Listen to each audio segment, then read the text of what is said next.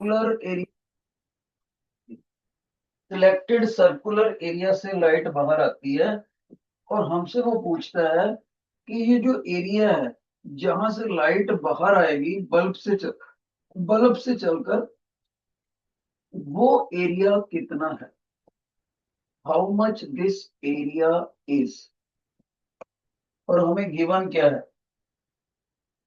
वो कहते हैं जो भी मैंने इसमें लिक्विड डाला है उसका refractive index with respect to air मैं आपको देता हूँ। पानी भी हो सकता है, कोई और लिक्विड भी हो सकता है। वो हमें कहते हैं कि मैं आपको थिकनेस ऑफ द मीडियम भी बताता हूँ। दो चीजें बताता है वो हमसे। वो हमें ये भी कहते हैं कि अगर ये डेंसर मीडियम है और ऊपर रेयरर है, ये डेंसर मीडियम और ऊपर रेयरर मीडियम, तो मैं इस डेंसर और रेयरर मीडियम का पर्टिकुलर एंगल और क्रिटिकल एंगल कितना है ये भी मैं आपको बताता हूँ। पर मेरे को वो बताओ, वो मैक्सिमम एरिया कितना है जहां से होते हुए लाइट बाहर आएगी। और हिंट के लिए हमें बताता है कि ये एरिया सर्कुलर होगा। कोई बच्चा जो मेरे से आइडिया शेयर कर सके ये क्वेश्चन कैसे हो।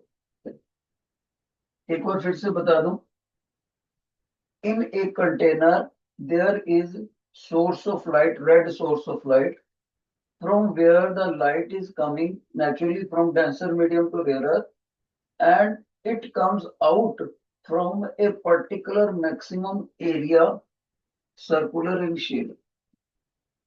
If T, C and mu are given to us, what is this area?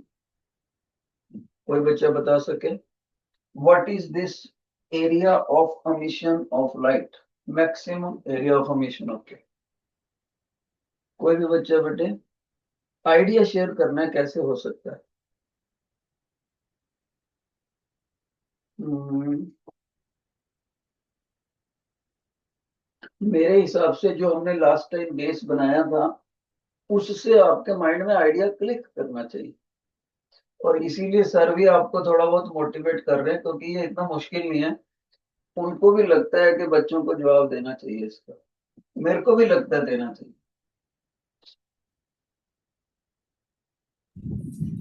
Sir critical angle find हाँ जी। Critical angle. तो क्रिटिकल एंगल गिवन है तो मतलब क्या, कैसे होएगा ये सॉल्व, पता तो लगे तो। डायग्राम बता दो सर बी से रेस जाएंगी पाई आर स्क्वायर उसका एरिया कुछ कुछ आइडिया ठीक लगा तो सभी बच्चे देखो, ये हम कैसे करते हैं, ये क्वेश्चन रिपीट हो चुका है बेटे बोर्ड के एग्जाम में, मेरा आया हुआ आके भी रिपीट हो चुका। ध्यान से सुनो, टीचर ने एक बार आपको करवाया था, ध्यान से सुनो बेटे। अगर ये टेंसर मीडियम हो, this is your rare medium, from the source of light light गया और रिफ्रैक्टिंग एज के अलोंग ही चला जाता है। इस प्रोसेस को हमने ग्रेजिंग बोला था। और ये तब मुमकिन था जब नॉर्मल के साथ एंगल ऑफ इंसिडेंस ने क्रिटिकल एंगल बनाया हो और एंगल ऑफ रिफ्रैक्शन 90 डिग्री हो। और अगर हमारा एंगल ऑफ इंसिडेंस सी से भी ग्रेटर हो तब तो डेंसर मीडियम में वापस ही आ जाएगी। इसका मतलब ये हुआ, इस बल्ब से अगर हम वर्टिकली ऐसे लाइन लगाएं, यहां पर जाके लाइट इधर को चले जाती है। इसका मतलब है ये पर्टिकुलर रेडियस है सर्कल का, इस सर्कल को लेते हुए एरिया बनेगा, जिस रेडियस को लेते हुए सर्कुलर एरिया बनेगा। और यहां से लेकर यहां तक जो पॉइंट है वो वही है जो यहां से लेकर यहां तक, this will serve as radius. और सभी बच्चों को पता है कि सर्कल का एरिया होता है पाई आर स्क्वायर, राइट। तो बच्चा कहेगा सर एक और रेडियस बता दो आप, तो बन जाएगी बात, रेडियस को पुट कर देंगे, पाई की वैल्यू पता ही है सभी को। तो आगे रेडियस, अब रेडियस ये निकालना है हमने। और मैं इतनी राइट एंगल ट्रायंगल को पिकअप कर रहा हूँ। देखो आपको क्लियर हो जाएगा एक्सप्लेनेशन। टीचर ने ये रेडियस वाली लाइन ले ली, टीचर ने ये टी डेप्थ वाली रेडियस लाइन ले ली जितनी जगह पर लिक्विड भरा हुआ है, और टीचर ने ये लाइन लगा दिया हाइपोटेन्यूज, ये 90 डिग्री बेटे। और सभी को पता है कि ये इंसिडेंट लाइट का काम कर रही है, यही वाली लाइट है देखो। और यहाँ पर क्रिटिकल एंगल बना हुआ है, और सभी बच्चों को पता है दो पैरेलल लाइनें हो तो ये एंगल सी है तो ये भी सी है, अल्टरनेट एंगल्स आर इक्वल। तो ये जो टिक वाला सी एंगल है, ये इसको मैं यहाँ दिखा रहा हूं, ठीक है। अब इस राइट एंगल ट्रायंगल में सभी बच्चे आसानी से कहेंगे सर सी के अपोजिट परपेंडिकुलर होता है, यानी आपका रेडियस परपेंडिकुलर का काम कर रहा है। और जो लाइन दोनों लाइनों से जुड़ी हुई होती है ना सर, वो बेस का काम करती है, यानी परपेंडिकुलर अपॉन बेस। आपको टेन सी की बात याद है। मैंने कहा ठीक है बेटे। तो आप कहोगे सर इसको टी को इधर ले जाओ, मैंने कहा ओके। तो रेडियस को यहाँ पुट करो। तो बच्चा मेरे को गाइड करता है कि सर आपका एरिया आ गया पाई आर स्क्वायर करना है ना, आर कितना आ गया आपका टी टेन सी, इसको आप स्क्वायर कर दो। तो मैंने कहा बेटे जब हम इसको सॉल्व करते हैं पाई मैं पुट कर दूंगा, मंजूर है। टी भी उसने दिया हुआ है, उसका स्क्वायर करके पुट कर दूंगा, ठीक है। सी, तो आपको देखो सी भी दिया हुआ है, तो सी कभी कभी ये यहाँ तक अगर क्वेश्चन आता है तो 2 मार्क्स का आता है। कभी कभी आपको तंग करने के लिए ना बेटे, वो कहता है कि मैं यहाँ भी आपकी प्रॉब्लम क्रिएट कर देता है, वो सी भी नहीं देता, सी भी नहीं देता। जब सी भी नहीं देगा तो ये क्वेश्चन 3 मार्क्स का हो जाएगा। तब हम कहेंगे, तब हम ऐसे कहेंगे, ध्यान से सुनो, हम कहेंगे refractive index of rare medium with respect to denser. ध्यान से सुनो, refractive index of rare medium with respect to denser, वो आना चाहिए sine i by sine r. तो आप कहोगे सर सी वाली सिचुएशन में तो फिर आपका साइन सी अपॉन साइन 90 होना चाहिए, करेक्ट। और आपको रिफ्रैक्टिव इंडेक्स आ गया एग्जैक्टली साइन सी के बराबर। लेकिन आप क्या देखते हो कि जो पेपर में आपको रिफ्रैक्टिव इंडेक्स दिया हुआ है वो ग्रेटर देन 1 दिया हुआ है। मान लो पेपर में जो ग्रेटर देन 1 दिया होता है वो तो refractive index of denser medium with respect to rare होता है, जबकि हमने निकाला है of rare with respect to denser. इसका हम 1/म्यू denser with respect to rare, तो उसकी गिवन वैल्यू हम करेंगे, तब हम पुट भी कर देंगे। ध्यान से सुनो, तब भी हमारे पास साइन सी आएगा, जबकि न्यूमेरिकल में हमें टेन सी चाहिए। तब आप कहोगे सर अभी भी कोई प्रॉब्लम नहीं है, आपको पता है ना आपका साइन सी आ गया 1/म्यू डेंसर रेयर। मैंने कहा बेटे आ गया, पर सर आपको ये भी तो पता है साइन सी जो होता है वो परपेंडिकुलर कौन हाइपोटेन्यूज होता है। मैंने कहा बिल्कुल सही। तब आप कहोगे सर फिर tan सी किसके बराबर होता है। मैं कहूंगा बेटे tan सी होता है परपेंडिकुलर अपॉन बेस। तो आप कहोगे सर परपेंडिकुलर देखो इसके कॉरेस्पॉन्डिंग 1 है ना, आप परपेंडिकुलर के कॉरेस्पॉन्डिंग तो 1 ही लिखो। तो मैंने कहा बेस के कॉरेस्पॉन्डिंग क्या लिखूंगा। आप कहोगे सर देखो बेस के कॉरेस्पॉन्डिंग उसने म्यू दिया हुआ है ना, दिया ना, तो नहीं हाइपोटेन्यूज के, तो आपको चाहिए यहाँ बेस, तो पाइथागोरस थ्योरम लगा लो। तो आपको बेस चाहिए ना, base is equal to hypotenuse square minus perpendicular square under root, यानी base is equal to mu का स्क्वायर माइनस 1 का स्क्वायर का अंडर रूट। तो मैंने कहा ठीक है बेटे, बेस इसके कॉरेस्पॉन्डिंग आ जाएगा। तो जैसे ही आपने इसको सॉल्व करा तो आपने यहाँ पर लिखा म्यू स्क्वायर, ये म्यू किसका है डेंसर विद रिस्पेक्ट टू, और 1 का स्क्वायर तो 1 ही होता है, तो आपने tan से निकाल ली। अब आप कहोगे सर tan से को उठाओ और यहाँ पुट करो, देखो, फिर मैं कहूंगा म्यू तो गिवन है ना, आप कहोगे हाँ जी सर गिवन है। फिर मैं कहूंगा ओके म्यू की वजह से tan सी निकल जाएगा, टी गिवन है, हाँ जी सर गिवन है। तो जब आपको क्रिटिकल एंगल ना दिया हो, तब आप म्यू की मदद से साइन सी निकालोगे, साइन सी की मदद से tan सी निकाल दोगे, यहाँ पुट करोगे। इस तरह से आप मैक्सिमम एरिया ऑफ एमिशन निकाल सकते, राइट। तो जिन बच्चों को ये अच्छे से समझ आ गया प्लीज रेज योर हैंड। शाबाश, फीडबैक दो। सर एक बार टेन सी में बेस बात से समझा दीजिए। टेन वाला थोड़ा बता दें। ओके ओके ओके, इसका मतलब है, चलो जो बाकी बच्चे आए हैं ना अभी स्पोर्ट्स का टीचर लेक्चर लगा के, उनका भी फायदा हो जाएगा, उनका भी फायदा हो जाए। ध्यान से सुन लेना बेटे, ध्यान से सुन लो। शाबाश। मैं यहाँ से एक बार फिर से बता देता हूँ, और आपका फायदा हो जाएगा। मैंने स्पेस भी ज्यादा बना दिया पहले से। देखो बेटे, हमें यहाँ से, जो जो जो नए बच्चे हैं ध्यान से सुन लो। यहाँ पर एक बल्ब लगा हुआ है, उससे लाइट गई, और सर्कुलर एरिया वो मैक्सिमम एरिया है जिससे लाइट मैक्स अमिट करती है। वो कहता है, सी को छोड़ देते हैं, नहीं गिवन। वो कहता है अगर मैं आपको टी थिकनेस लिक्विड भरा हुआ है इसके अंदर, और refractive index of liquid with respect to rare medium आपको दे देता हूं, तो आप मैक्सिमम एरिया बताओ सर्कुलर जिसमें से लाइट अमिट कर रही है। तो हम कहेंगे, देखो जी, सर्कुलर एरिया का फार्मूला होता है पाई आर स्क्वायर। सभी बच्चे एग्रीड करेंगे, सर्कुलर एरिया का फार्मूला होता है पाई आर स्क्वायर। ओके, तो इसका मतलब है पाई की वैल्यू तो सभी बच्चों को पता ही है, तो हमने आर की वैल्यू प्रॉब्लम रहेगी। तो आप क्या करोगे, ध्यान से देखो। उसके लिए मैंने बच्चों को ये समझाया बेटे, जब भी डेंसर से रेयर मीडियम में जाए लाइट, ये गई ये गई ये गई, और अलोंग दी एज चली जाए, तब हमने इसको पिछले लेक्चर में ग्रेजिंग का नाम दिया था। देखो, ग्रेजिंग का नाम दिया, इसका मतलब अगर हमारा ये angle of incidence denser medium C से भी ग्रेटर हो, तब तो लाइट वापिस ही आएगी।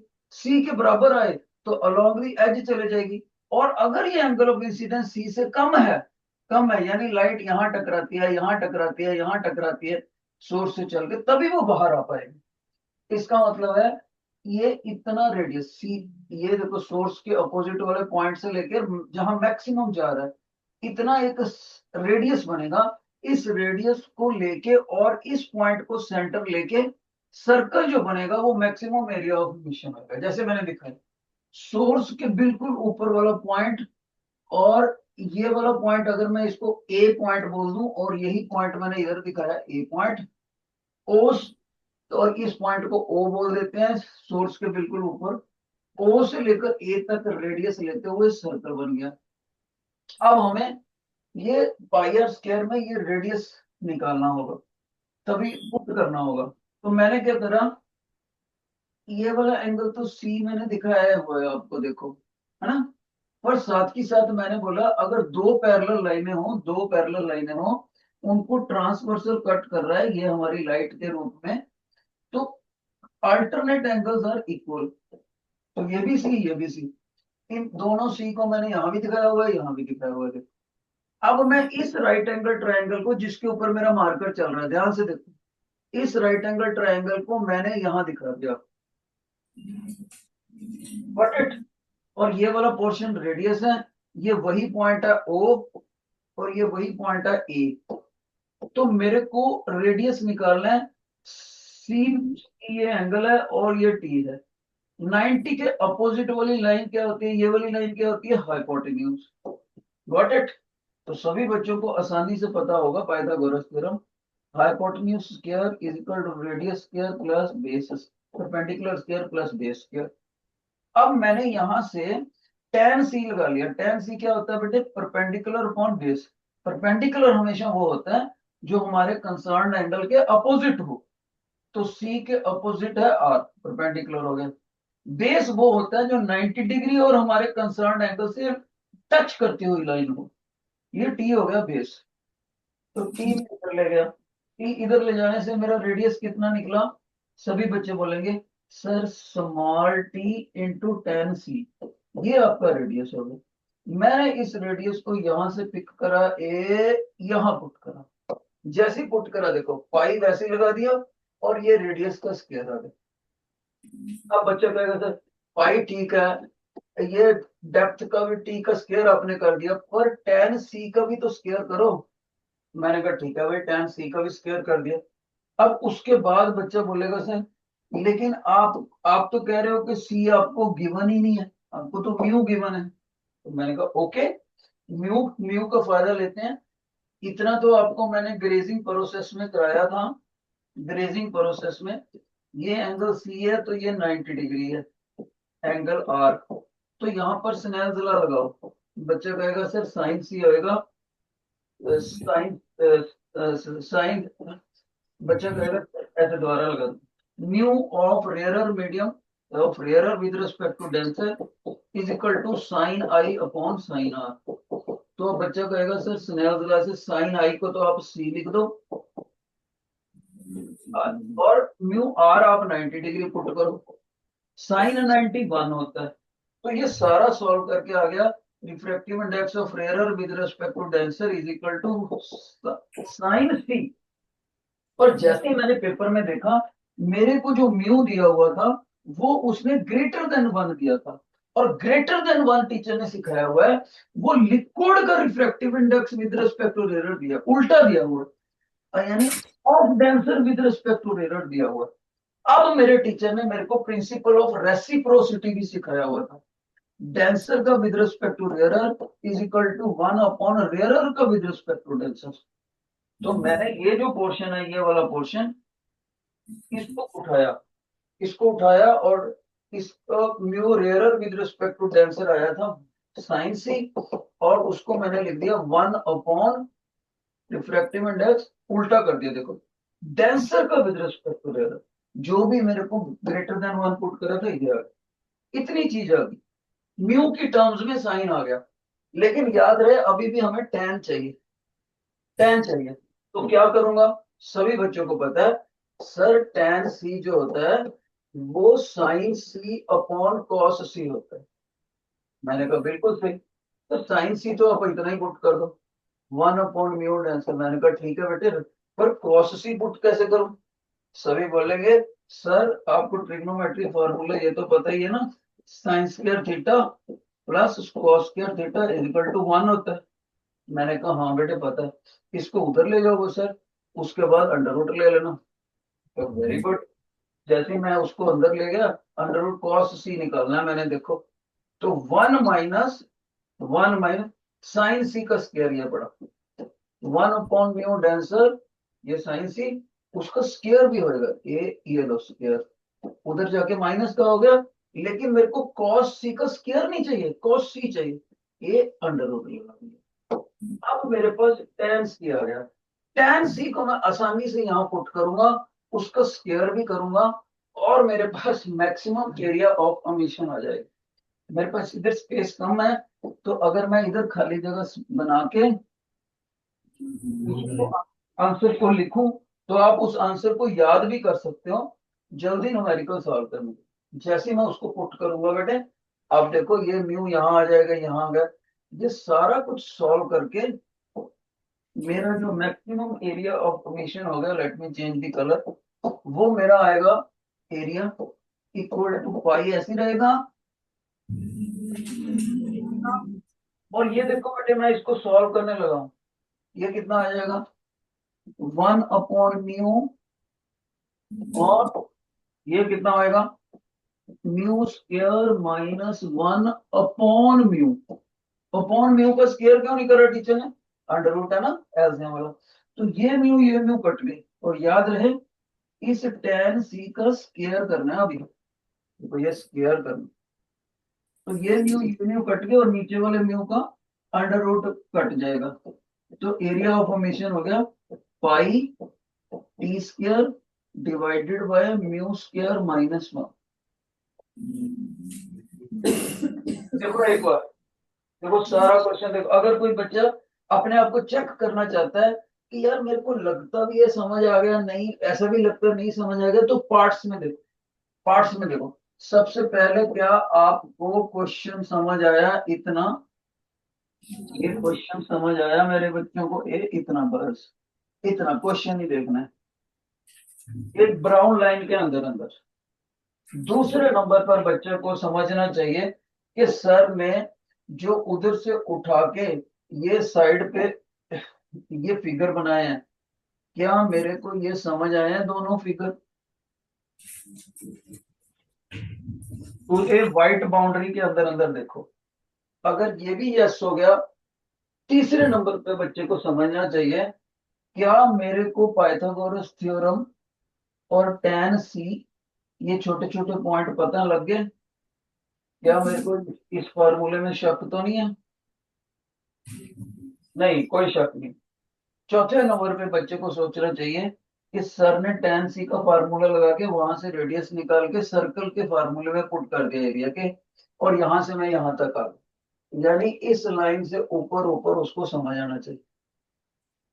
पांचवें नंबर पे उस बच्चे को समझना चाहिए कि सर ने ग्रेजिंग का फार्मूला लगा दिया।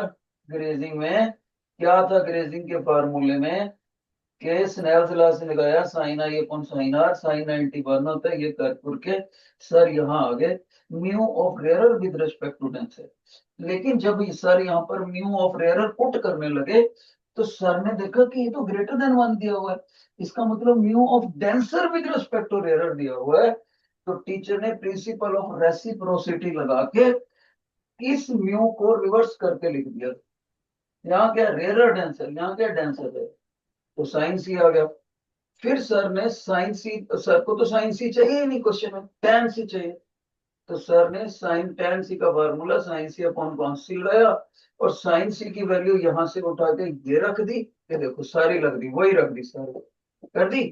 और कॉस सी के लिए सर ने ये ट्रिग्नोमेट्री के बेसिक फार्मूले का फायदा ले लिया, जो हम 10th क्लास में पढ़ते थे, sine square theta plus cos square theta equal to 1। वहां से सर कॉस सी लगा के यहाँ ले आए, फिर इस tan सी को यहाँ पुट कर दिया और इस स्क्वायर को सेट कर दिया। सिंपल मैथ करते कराते ये ध्यान से। जिन बच्चों को ये लगता है हाँ समझ आ गया, please raise, please raise your hand. बहुत अच्छे। तो बेटे अगर ये ऐसे आता है, सी की वैल्यू, अगर पेपर में सी की वैल्यू नहीं देगा तो ये 3 मार्क्स का क्वेश्चन है। अगर सी वैल्यू नहीं नहीं देगा तो 3 मार्क्स का आएगा। अगर सी की वैल्यू उसने दे दी तो 2 मार्क्स का आएगा। अगर सी की वैल्यू दे दी तो आपका क्वेश्चन यही खत्म हो गया, यही पर, बस यहाँ था ये नीचे वाला। और इंटेलिजेंट बच्चे इस फार्मूले को याद कर लो, जो टीचर इस वक्त बॉक्स में बंद करे, डायरेक्ट ऑब्जेक्टिव टाइप क्वेश्चन भी। ओके, अब इसी कॉन्सेप्ट कॉन्सेप्ट के ऊपर चेक कर, टीचर एक क्वेश्चन डाल रहा हूं आपको, देखते हैं मेरे बच्चे उसको कर पाते हैं कि नहीं। ठीक है, बैक एंड पे यही कुछ ना कुछ लगेगा इसके। शाबाश सभी बच्चे, मैं इसको मेमोरी में डाल देता हूँ, आप यूट्यूब पे जाकर देखते रहना। लो, मेरा एक क्वेश्चन है, ध्यान से देखो। सभी बच्चे को फिगर बनाओ सबसे पहले, please take this figure, please make this figure. ठीक है, ये तो ग्लास स्लैब है बेटे, ग्लास स्लैब। ओके, इस ग्लास स्लैब में उसने इंसिडेंट लाइट थ्रो करा, यानी रेयरर मीडियम से डेंसर मीडियम में लाइट थ्रो करा। ठीक है, और ये लाइट थ्रो, राइट, रेयरर से डेंसर, सभी बच्चों को पता है। तो ये बेंड टुवर्ड्स नॉर्मल होगी। तो मैंने अपने बच्चों के लिए ये रेड कलर का नॉर्मल, रेड कलर का नॉर्मल बना दिया 90 डिग्री वाला एंगल। तो ये yellow line towards normal bend होगी, जो टुवर्ड्स नॉर्मल बेंड होगी लाइन, मान लीजिए उसको मैंने ये ब्राउन कलर से शो कर दी, इधर चले। अब यहां पर जाके लाइट डेंसर से रेयरर में जाने की कोशिश करती है, लेकिन according to situation of the question वो डेंसर से रेयरर जाती नहीं है, बल्कि यहाँ पर ग्रेजिंग शो कर देती है, ग्रेजिंग। इधर को चले जाते, अलोंग द एज, ग्रेजिंग। अब पेपर में आपको क्या क्या गिवन है, क्या क्या, ये तो सिचुएशन पूछा क्या है, गिवन क्या है, ध्यान से सुनना सभी बच्चे। कहता आपको यहां पर एंगल ऑफ इंसिडेंस दिया 70 डिग्री, पहली बात। दूसरी बात आपको बोलता है, हाँ दूसरी बात आपको बोलता है कि यहाँ पर ग्रेजिंग तो तभी होगी ना जब यहाँ पर क्रिटिकल एंगल बनेगा। सभी बच्चे कहते हैं हाँ जी बिल्कुल सही। तो आपसे पूछता है ये क्रिटिकल एंगल की वैल्यू क्या हो, ये क्वेश्चन। Try your best. मैं इस क्वेश्चन को देता हूं 3 मार्क्स अवश्य, और कुछ भी नहीं गिवन है आपको।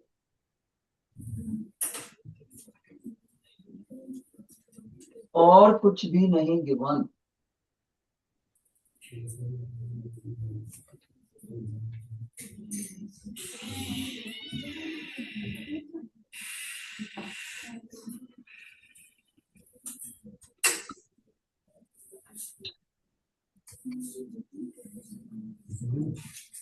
तो बोर्ड के एग्जाम में आप 3 मार्क्स ले पाते हो या नहीं ले पाते?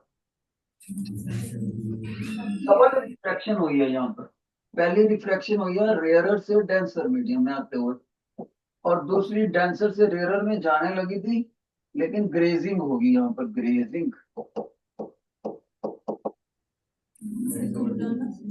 ना होगा। कोई ऐसा बच्चा है जो माइक पर आके मेथड शेयर कर सके?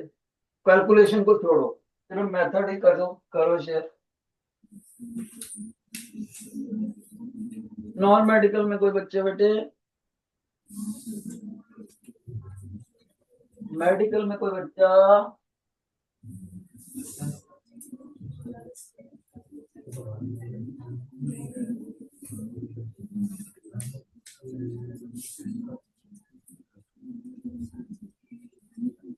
चलो ऐसे करो, नहीं कर रहे तो मैं आपको करके दिखाता हूं ये क्वेश्चन। लेकिन उसके बाद जब आपने अपनी कॉपियों पे नोट करना है ना, तो बोर्ड पे देखना नहीं है, आप खुद से सारा करना। ध्यान से सुनो। अगर कभी भी लाइफ में ये ना पता लगे यार किधर से शुरू करना है क्वेश्चन, किधर को जाएगा, ऐसा कभी पेपर में आ जाए सिचुएशन, तो क्या करना। ध्यान से सुनो। आप जो जितनी इंफॉर्मेशन पैरेलली निकाल सकते हो वो निकाल लो। आप पहले ये निकाल सकते हो, आप कहोगे यार मैं ज्यादा से ज्यादा यहाँ पर स्नेहतला लगा लेता हूँ, और मैं क्या कर सकता हूँ। तो आप कहोगे लो, आप क्या कहोगे, refractive index of denser medium with respect to rare, क्योंकि लाइट रेयर से डेंसर में आ जा रही है। आप कहोगे sir sine i upon sine r लगाऊंगा मैं ज्यादा से ज्यादा, और मैं ये लगा दूंगा sir sine 70 upon sine r. बस यहां पर जाके मैं रुक जाऊंगा। तो जब भी आपको आगे दिशा ना मिले, आगे क्या करना है, तो आपने वो जगह नीचे छोड़ देनी, बाकी का पोर्शन आपने पैरेलल करना है हमेशा। ये नियम है, आपके न्यूमेरिकल बहुत आसानी से होने लग जाएगी। फिर आप सोचो और मैं क्या कर सकता हूँ, तभी आपके माइंड में आएगा यार लाइट यहाँ से डेंसर से रेयर में जाने की कोशिश कर रहे हैं। सर कुछ ग्रेजिंग ब्रूजिंग का फार्मूला सा लगाते थे, तो मैं जाने की कोशिश कर रही है रेयर से डेंसर। तो मैं सेकंड क्वेश्चन में लगाता हूँ refractive index of denser with respect to rare. तो यहां पर sine of angle of incidence ये हो गया, sine of angle of grazing की वजह से एंगल ऑफ रिफ्रैक्शन यहां पर 90 डिग्री हो गया। मैं ये लगा देता हूँ, तो साइन 91 होता है जी। आप कहोगे सर मैं इसको साइन सी लगा देता हूँ ज्यादा से ज्यादा। फिर आपको आगे नहीं समझ आ रहा कुछ भी क्या करना है, छोड़ दो, यहाँ पैरेलल लाइन हो। फिर आप और सोचो और क्या कर सकते हो। ज्यादा से ज्यादा कहोगे यार ये है रिफ्रैक्टिव इंडेक्स, देखो यहाँ लिखना चाहिए था मेरे को ऑफ रेयरर विद रिस्पेक्ट, क्योंकि लाइट रेयरर में जाने की कोशिश करें। ऑफ रेयरर विद, ये आर डी है, और ये क्या है डी आर। फिर आप कहोगे कि मेरे टीचर ने यार ये भी एक चीज सिखाई थी, refractive index of density with respect to rarer is equal to 1 upon mu rarer with respect to density. तो आपको लगेगा यार ये भी म्यू पड़ा है मेरे पास, ये भी म्यू पड़ा है, ज्यादा से ज्यादा मैं इनको पुट करके वैल्यू कवर करने की कोशिश कर सकता हूँ। ओके, फिर और सोचो, अभी भी आपको आइडिया नहीं सकता है, और मैं क्या कर सकता हूँ, पैरेलल सॉल्व करना है, नीचे नीचे नहीं करना, ताकि आपस में लिंक किया जा सके बाद में। फिर आप कहोगे यार ये देखो ये भी नॉर्मल आ रहा है और ये भी नॉर्मल आ रहा है और सर ने ये स्क्वायर लेफ्ट दिखा रखी है, तो पक्की बात है यहाँ 90 डिग्री बन रहा है यार। और जब ये 90 डिग्री बन रहा है इसका मतलब है आर प्लस 90 डिग्री प्लस सी, तीनों राइट एंगल ट्राइंगल के एंगल हो गए 180 डिग्री, यानी आर प्लस सी मैं 90 डिग्री कह सकता हूँ। अब एक चीज ये, दूसरी ये, तीसरी ये और फोर्थ ये आ गई mu denser with respect to rare, ये आ गई mu rarer with respect to denser sine C. आपने पेपर में इनको लिंक करने की कोशिश करी, कहां से लिंक करो? बच्चा कहेगा यार मैं ऐसे करता हूँ, इन दोनों म्यू को यहां डालता हूँ, इसको यहां डालता हूँ, इसको वही यहां डाल। बच्चा कहता है पहले उसने इसको लिंक करा, ये देखो 1 upon mu denser with respect, ये लो, ये उसने पुट कर दिया 1 upon sine 70 upon sine r, बच्चे ने लिख दिया। दूसरी तरफ उसको लगता है रेयर और डेंसर तो सीधा ही था 1 अपॉन साइन से, फिर उसको पता है डिवाइड अपॉन डिवाइड ये घूम के ऊपर चला जाएगा, तो उसको करेगा sine R upon sine 70 is equal to sine C. अब जब वो यहां पहुंचेगा उसको लगेगा यार अगर मेरे को किसी तरह से आर पता लग जाए ना तो मेरा साइन सी निकल जाएगा, साइन सी से मैं सी निकाल दूंगा, बच्चे को लगता है। तो वो कहेगा यार बन गई बात, आर और सी में तो रिलेशन ही है, यहाँ पर इस इक्वेशन में दो वेरिएबल में क्यों ना वन वेरिएबल बना लो। तो वो बच्चा यहाँ पर आर की वैल्यू इस जगह से 90 माइनस सी पुट कर देगा। जैसे ही उसने 90 माइनस पुट करा, साइन 90 माइनस सी क्या होता है बेटे, कॉस सी आ गया, cos c is equal to sin c upon sin 70। अब इसको नीचे ले जाओ, tan c आ गया, ट्रिग्नोमेट्री रह गया, तो tan c is equal to sin 70। बच्चा अभी भी बोलेगा सर c चाहिए tan c नहीं चाहिए, या तो आप sin 70 की वैल्यू दो हमारे को, या फिर हम क्या करें अब टीचर फिर उसको समझाएगा, टीचर कहेगा बेटे नहीं, अगर आपको साइन 70 की वैल्यू नहीं भी दे रखी तब भी आपके पास एक वे आउट है। सर कौन सा? सुनो, आपके टीचर ने एक बार आपको सिखाया था कॉस ऑफ एनी एंगल निकालना हो, अगर ये कॉस 0 से लेकर 90 डिग्री के बीच में वेरी करे, किसी भी वैल्यू का एंगल निकालना हो, चाहे अजीबोगरीब वैल्यू हो, चाहे ये वैल्यू ऐसी क्यों ना हो 43.6, तो उसका ये मैंने आपको फार्मूला कराया था, शायद आपको याद हो, सर थीटा अपॉन 90 का स्क्वायर कर दो पहली ब्रैकेट, और दूसरी ब्रैकेट में आपको मैंने सिखाया था कि यहाँ यहाँ या तो 0.00 माइनस करना होता है, हाँ जी, तो 1/70 आएगा, 1/70 आएगा, हाँ 1/70 निकालो बेटे, ठीक है, चलो फिर भी हमें वैल्यू तो वही चाहिए ना, तो 0.04 आएगा या 0.05। तो मैंने इसको आपको सिखाया था कि बेटे ये ऊपर वाली वैल्यू तब माइनस करनी है, यानी करनी ही नहीं 0.00 अगर आपका एंगल 10 डिग्री से छोटा या बराबर हो, और नीचे वाली वैल्यू तब माइनस करनी है अगर आपका एंगल 45 डिग्री से बड़ा हो या इक्वल हो, और बीच की आप समझ गए 10 या 10 से ज्यादा 45 से कम। अब हमारा एंगल क्या है 70 डिग्री, 70 डिग्री तो नीचे वाला, तो आप कहोगे सर cos 70 मैं ऐसे निकाल लूंगा 70 अपॉन 90 स्क्वायर और माइनस 0.05, जिन बच्चों को ये फार्मूला नहीं पता था उनको लिख लेना चाहिए। ओके, बड़ा इंपॉर्टेंट फार्मूला है, ट्रिग्नोमेट्रिक टेबल की जरूरत ही खत्म हो जाती। तो जैसे ही आपने इसमें से साइन 70 निकाल लिया बेटे, कॉस 70, तो कॉस 70 निकलता ही साइन 70 तो निकल ही जाएगा। कैसे? Cos square 70 degree plus sine square 70 degree is equal to 1। अब बाकी का काम आपका, जैसे ही यहाँ पर आ गया तो टेन से आ जाए, बाद में सी को लिख दो tan इनवर्स दिस। ओके, तो आपने इसमें असली चीज क्या पकड़नी है? असली यार, असली चीज ये है कि मेरे को अगर पूरे न्यूमेरिकल की पिक्चर नहीं समझ आती थी तो मैंने इस पॉइंट पे ये टुकड़ा लगा दिया। ध्यान से सुनो टीचर की बात, मैंने इस पॉइंट पे ये नॉलेज का टुकड़ा लगा दिया। मैंने प्रिंसिपल और रेसिप्रोसिटी पे ये नॉलेज का टुकड़ा लगा दिया। मैंने ट्रायंगल के तीनों एंगल लगा के नॉलेज का ये टुकड़ा लगा दिया।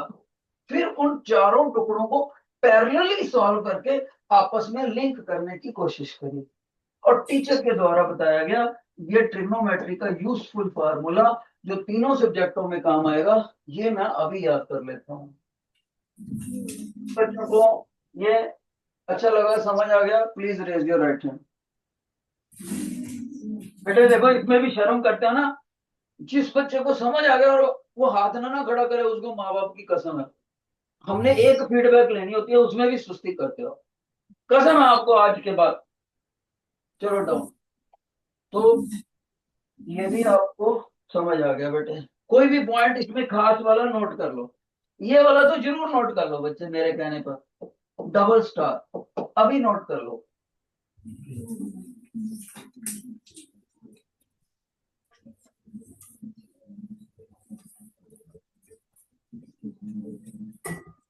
अपने मैथ वाले टीचर से कभी कभी ये बोला करो कि सर हमें शॉर्टकट दिखा, बस सिखाओ हमें कैलकुलेशंस के लिए, जैसे ये कैलकुलेशंस के लिए है। अगर आप मैथ वाले टीचर से रिक्वेस्ट करोगे और वो कोऑपरेटिव होंगे तो मेरा ख्याल है कम से कम 20 शॉर्टकट बता देंगे। और हम फिजिक्स वालों को भी आते होते हैं, लेकिन हमारे पास इतना टाइम नहीं होता कि हम पूरा लेक्चर उनके शॉर्टकट्स को दें। शाबाश, आगे बढ़ेंगे बेटे।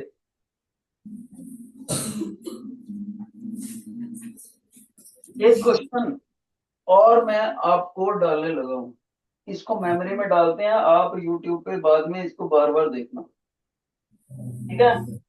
अब मैं एक क्वेश्चन और लिखने लगा हूं बेटे, और मेरे को इस बार निराश ना करना, दोनों क्लासों में से कम एक बच्चा कर दे। सभी बच्चे ये फिगर बनाए, सभी बच्चे ये फिगर बनाए एक।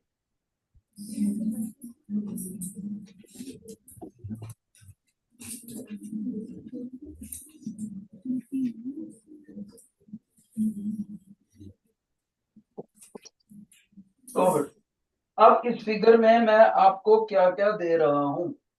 सबसे पहली बात मैं दे रहा हूं ट्रायंगुलर प्रिज्म, ट्रायंगुलर प्रिज्म दे रहा हूं, यानी कि तीनों साइडें बराबर हैं इस प्रिज्म।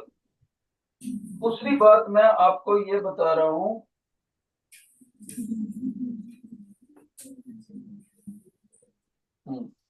दूसरी बात मैं ये बता रहा हूं, ये प्रिज्म जिस भी मटेरियल में रखा हुआ है, जिस भी, ये प्रिज्म जिस भी मटेरियल का बना हुआ है उसका absolute refractive index, absolute refractive index कौन सा होता है? विद रिस्पेक्ट टू वैक्यूम वाला, उसकी वैल्यू दे रखी है उसने 3/2। प्रिज्म के मटेरियल की विद रिस्पेक्ट टू वैक्यूम, फिर वो हमें ये कहता है, पर रियलिटी में मैंने इसको एक लिक्विड में डिप कर रखा है, इस प्रिज्म को एक मैंने लिक्विड में डिप कर रखा है। हमने कहा ओके जी, उस लिक्विड का एब्सोल्यूट रिफ्रैक्टिव इंडेक्स दे रखा है 4/3। ऐसे आपने ये प्रैक्टिकल वैल्यूज याद भी कर लेनी है, नीचे वाली पानी की होती है और ऊपर वाली कांच की होती है, जनरल का। इतना सब कुछ उसने हमें दे रखा है, ठीक है? और सुनो क्या दे रखा है, कहता है ये जो लाइट इस प्रिज्म के एज के ऊपर गिर रही है ना, ये 90 डिग्री का एंगल बना के गिर रही है। अब आपसे क्वेश्चन क्या करता है, ध्यान से सुनो। कहता है जब ये लाइट प्रिज्म के इस किनारे से यहां, मान लो यहां टकराई बेटे, ध्यान से सुनो, मान लीजिए यहां पर टकराई, ओके, तो ये ग्रीन डॉट लगाया टीचर ने, इस पॉइंट पर टकराई ना, कहता है इस पी पॉइंट पर तीन पॉसिबिलिटीज हैं। कौन सी? या तो इस पी पॉइंट से, देखो ये वाइट ये ट्रायंगल, ये पी पॉइंट से, कहता है ये पी पॉइंट से या तो लाइट रेयर मीडियम में चले जाएगी, पॉसिबिलिटी नंबर 1, या ग्रेजिंग हो जाएगी, ग्रेजिंग, पॉसिबिलिटी नंबर 2, या डेंसर मीडियम में वापस आ जाएगी, टोटल इंटरनल रिफ्लेक्शन होती, पॉसिबिलिटी नंबर 3, ग्रेजिंग हो सकती है। कहता है इन तीनों पॉसिबिलिटीज में कौन सी पॉसिबिलिटी होगी और क्यों होगी, ये आप बताओ, कौन सी पॉसिबिलिटी होगी और क्यों होगी? शाबाश, try your best.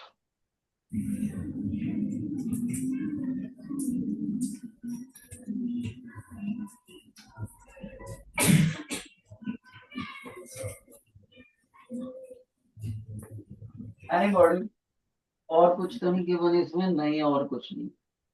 ray of light falling normally on the face of the equilateral triangular prism having refractive index 3/2 dipped in the liquid of refracting 4/3, will the light suffer internal reflection, grazing, or can go to rarer medium? शाबाश, कैसे करोगे इस question? और मैं इसको board के हिसाब से दूंगा 3 मार्क्स।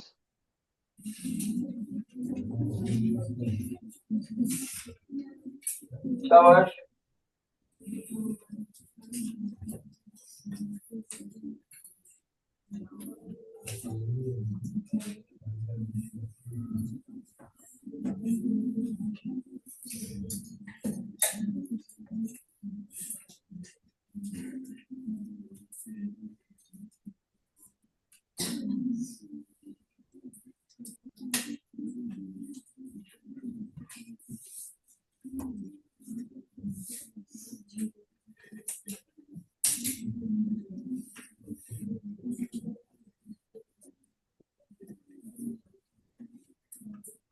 देखो, अब मेरा वो ट्रिक फिर से भूल गए हो।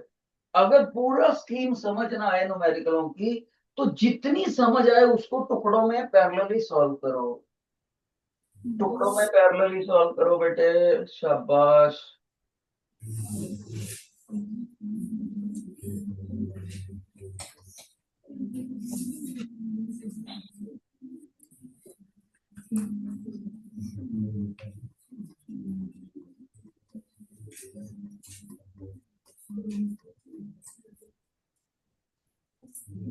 ऐसे करता हूं, मैं ही सॉल्व करता हूं, टाइम कम है फिर। देखो बेटे, मैं अपने आप को टीचर ना मान के +2 का स्टूडेंट मानते हुए सॉल्व करता हूं। ध्यान से सुनो, मेरे को लगता है कि यार यहां पर पहले तो मैं क्रिटिकल एंगल निकालूं। अगर मेरे को यहाँ पर क्रिटिकल एंगल पता लग जाए, तो मैं उससे अंदाजा लगा लूंगा कि जब ये लाइट यहाँ गिरेगी तो एंगल ऑफ इंसिडेंट अगर क्रिटिकल एंगल से छोटा आया तो लाइट बाहर चलेगी, बराबर आएगा तो ग्रेजिंग, क्रिटिकल एंगल से भी ग्रेटर हो गया तो TIR हो जाएगी। तो मैं यहाँ पर क्रिटिकल एंगल निकालूं, ऐसा मेरे में आता है। तो मैं ये सोचता हूँ, ध्यान से सुनना बेटे, कि जब ये लाइट यहाँ गिरी यहाँ पर, तो यहाँ पर कौन सा मीडियम है? इधर कांच है, इधर पानी है। तो मेरे को refractive index of water with respect to glass चाहिए। ध्यान से सुनो, refractive index of water with respect to glass, क्योंकि ग्लास से पानी में जाने की कोशिश कर रही है लाइट। अब आपको टीचर ने सिखाया था कि अगर म्यू को म्यू की टर्म्स में लिखना हो, यानी रिफ्रैक्टिव इंडेक्स को एब्सोल्यूट रिफ्रैक्टिव इंडेक्स की टर्म में लिखना हो, तो नीचे वाले का एब्सोल्यूट रिफ्रैक्टिव इंडेक्स ऊपर लिखते होते हैं, ऊपर वाले का रिफ्रैक्टिव इंडेक्स नीचे लिखते होते हैं। रिवर्स रेशो, म्यू को म्यू के टर्म्स में लिखना हो तो रिवर्स रेशो, अगर म्यू को वेलोसिटी के टर्म्स में लिखना होता तो डायरेक्ट रेशो। तो अब आपको पता होना चाहिए यार refractive index of water with respect to vacuum मेरे को पता होना चाहिए। एकदम से देखा कि हाँ जी ये तो पता है, लिख दो 4/3। Refractive index of glass with respect to vacuum मेरे को पता होना चाहिए, यानी प्रिज्म जिस मटेरियल का बना हुआ है वो भी पता है, लिख दो। तो उस यहां भी कई बच्चे गलती कर देते हैं +2 की, divide upon divide upon divide हो तो सबसे नीचे वाला सबसे ऊपर जाता है और बीच वाले दोनों इकट्ठे होकर डिनोमिनेटर में आ जाते हैं। कई बच्चे यहाँ 3 थ्रू आपस में कट कर देते हैं, गलत मलत कर देते हैं। तो 8/9 आ गया। ओके, अब टीचर ने मेरे को सिखाया था, ध्यान से सुना, अगर लाइट डेंसर मीडियम से जाते जाते फिर बाहर नहीं जा पाती, ग्रेजिंग शो करती है, तो ये एंगल ऑफ इंसिडेंस सी होता है और ये 90 डिग्री होता है, और ये वाली जो मैंने साइड दिखाई है ये यही वाली दिखाई है। तो बच्चे को लगता है भाई अब यहाँ पर ध्यान से सुनो, डेंसर से रेयरर में, अब बच्चे यानी कि कांच से पानी में, अब बच्चे को लगा refractive index of water with respect to glass is equal to sine i upon sine r, Snell's law. ये लो, तो ये वाली वैल्यू हम निकाल ही चुके हैं ऊपर से। तो 8/9 is equal to sine c/1 आ गया। तो यहां से बच्चा अंदाजा लगा लेगा कि भाई साइन सी अब 8/9 है, राइट, यहां से सी भी निकल सकता है। अब बच्चा कहता है पहले तो मैं ये चेक करूं कि जो यहां पर एंगल ऑफ इंसिडेंस बनता है प्रैक्टिकली रियलिटी में, कि वो सी से बड़ा बनता है कि छोटा बनता है कि क्या। अब यहाँ पर बच्चे को ये तो हो गया नॉलेज का एक पार्ट, नॉलेज का दूसरा पार्ट वो कहेगा, ध्यान से सुनना बेटे, अब मैथ की एक इंपॉर्टेंट थ्योरम, अगर दो लाइनें ऐसे एक पर्टिकुलर एंगल पर हो, उनमें एंगल थीटा हो, और हम उन दोनों लाइनों के ऊपर दो परपेंडिकुलर लाइनें बना दें। देखो इस लाइन के ऊपर मैंने ये परपेंडिकुलर लाइन बना दी और इस लाइन के ऊपर ये परपेंडिकुलर लाइन बना दी।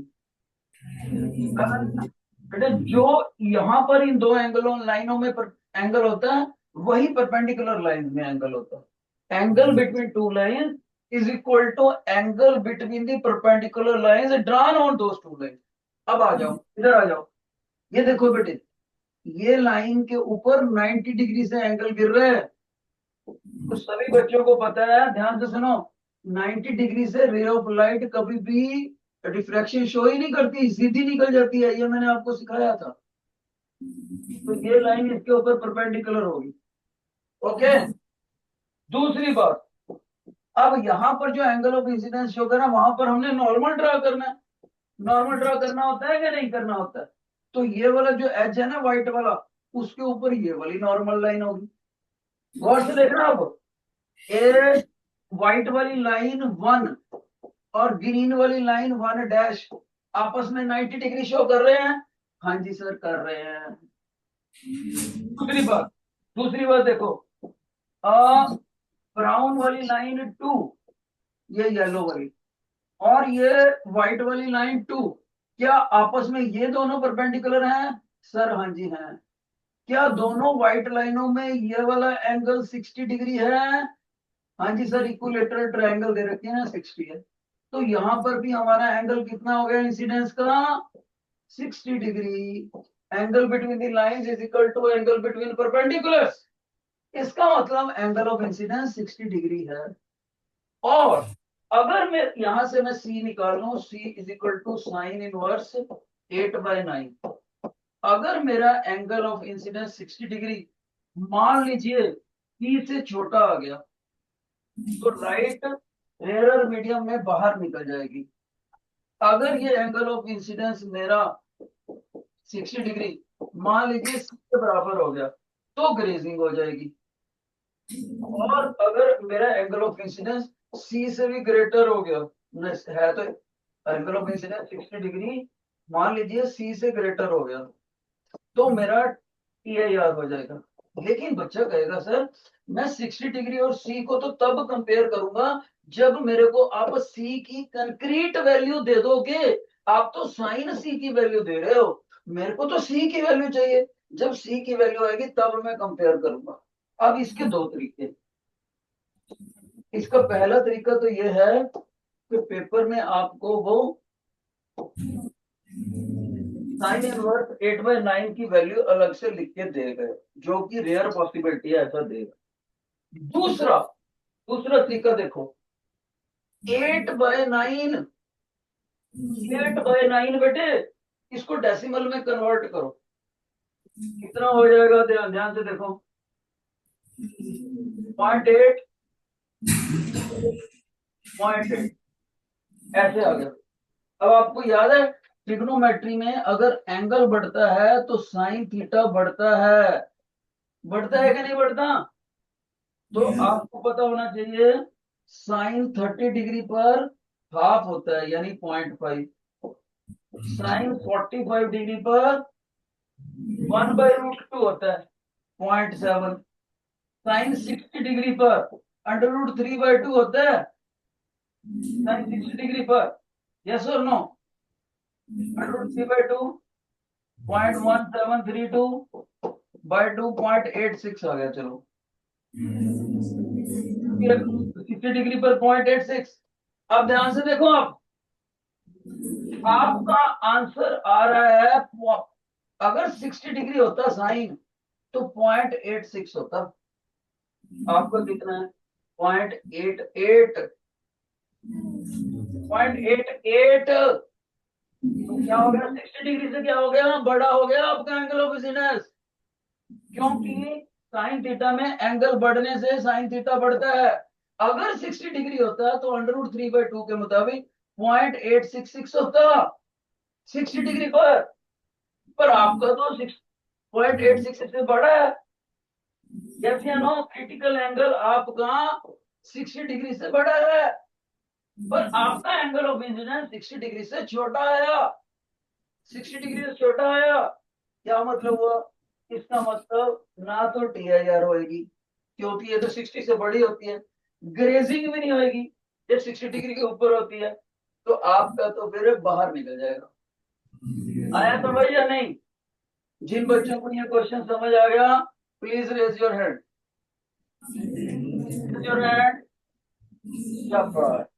इसका मतलब आपने ट्रिग्नोमेट्रिक टेबल का फायदा लेके 0.886 को कंपेयर कर दिया और साथ में ये भी याद रखा कि एंगल बढ़ने से साइन थीटा बढ़ता है। तो बेटे आज जाकर आप NCERT के सारे सॉल्व क्वेश्चन पढ़ देना जो टेक्स्ट के अंदर है, तो आपका बहुत अच्छा हो जाएगा।